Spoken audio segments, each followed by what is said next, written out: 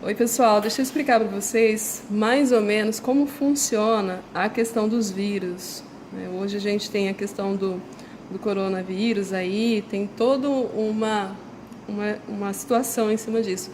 Mas meu foco nesse momento nem é falar sobre os tipos de vírus que causam doença, mas falar principalmente de uma característica dos vírus, né? Que é o que são os retrovírus.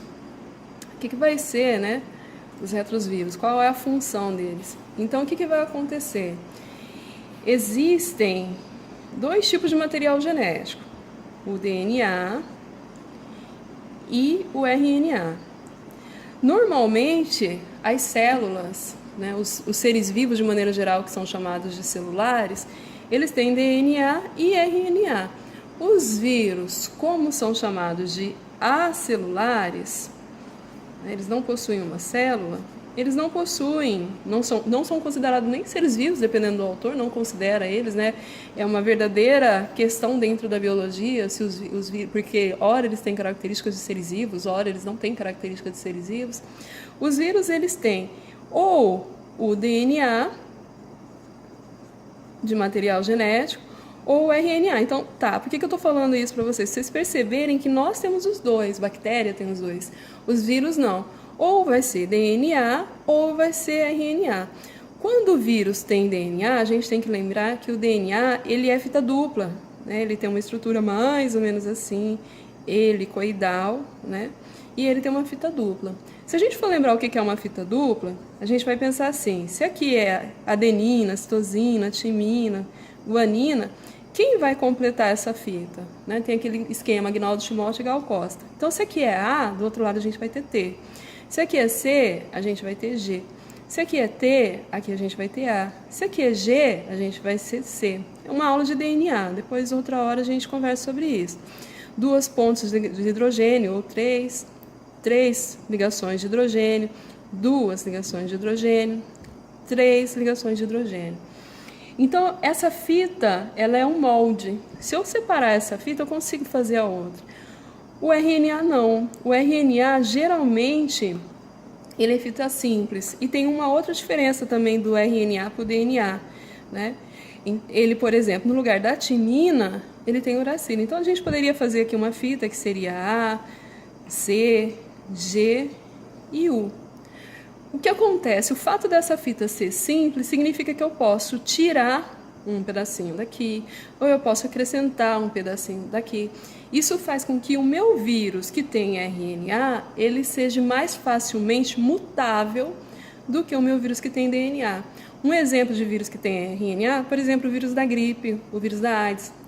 Você não vai ter gripe uma vez só na vida, né? É tão difícil encontrar uma cura para AIDS. Já existem vários tipos de AIDS. Por quê? Porque esse vírus ele é mutável. É fácil acontecer uma mutação. Já os vírus que têm DNA, principalmente aquelas doenças da infância, ele não muda muito no decorrer do tempo. Ah, mas não pode acontecer mudança? Sim, pode, lógico que pode. Porém, é mais difícil porque ele tem um molde para ele seguir. Os vírus que têm RNA, eles são chamados de retrovírus. Por que eles são chamados de retrovírus? Principalmente porque ele tem uma fita simples. E isso causa um agravante. Suponhamos que eu tivesse uma célula aqui, né, uma bactéria, faz de conta que eu sei desenhar, coisa que eu não sei desenhar muito bem. E o material genético dela é um DNA, né, um DNA circular. O que vai acontecer? Para mim conseguir fazer com que o RNA do vírus, faz de conta, o RNA do vírus, faz de conta que isso aqui é um pedacinho de RNA do vírus, se encaixe no DNA da bactéria, então aqui seria o DNA da bactéria, e aqui seria o RNA viral, não vai rolar tão fácil. Por que não vai rolar tão fácil? Porque aqui eu tenho uma fita simples e aqui eu tenho uma estrutura de fita dupla. Então, o que esse vírus vai ter que fazer? Vai ter que pegar esse RNA e transformar ele num RNA de fita dupla, para o zíper encaixar direitinho, certo? E para isso acontecer, que seria esse RNA viral se encaixar, deixa eu pegar a preta que está melhor, se encaixar no DNA da nossa bactéria, porque esse vírus que a gente está simbolizando aqui, ele vai, né, causar uma doença nessa bactéria, vai causar um dano para essa bactéria, ele vai ter que fazer esse RNA fita simples se transformar em um RNA fita dupla, viral. E para isso acontecer, a gente vai precisar de uma enzima, né? Uma enzima, uma proteína enzimática que vai fazer esse RNA fita simples se transformar em um RNA fita dupla. RNA fita dupla. E como que é o nome dessa enzima? Transcriptase. Transcriptase. Foi mal. Reversa. Por que reversa? Porque normalmente o que acontece numa célula normal? O DNA se transforma em RNA.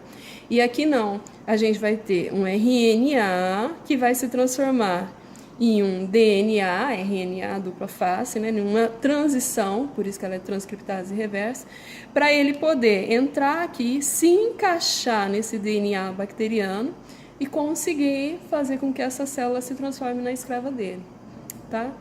Então, é mais ou menos isso a ideia. Então, quais são as características? Só para a gente fechar. Quais são as características, então, do retrovírus? Ele tem um material genético que é do tipo RNA, certo? Não tem o DNA. Ele tem uma enzima que é chamada de transcriptase. Ó, agora saiu. Transcriptase reversa. Prometo que a minha letra vai melhorar. E ele também é um vírus muito mutável, tá? Facilmente mutável. Beleza? Príncipes e princesas, era isso. Beijos e até mais.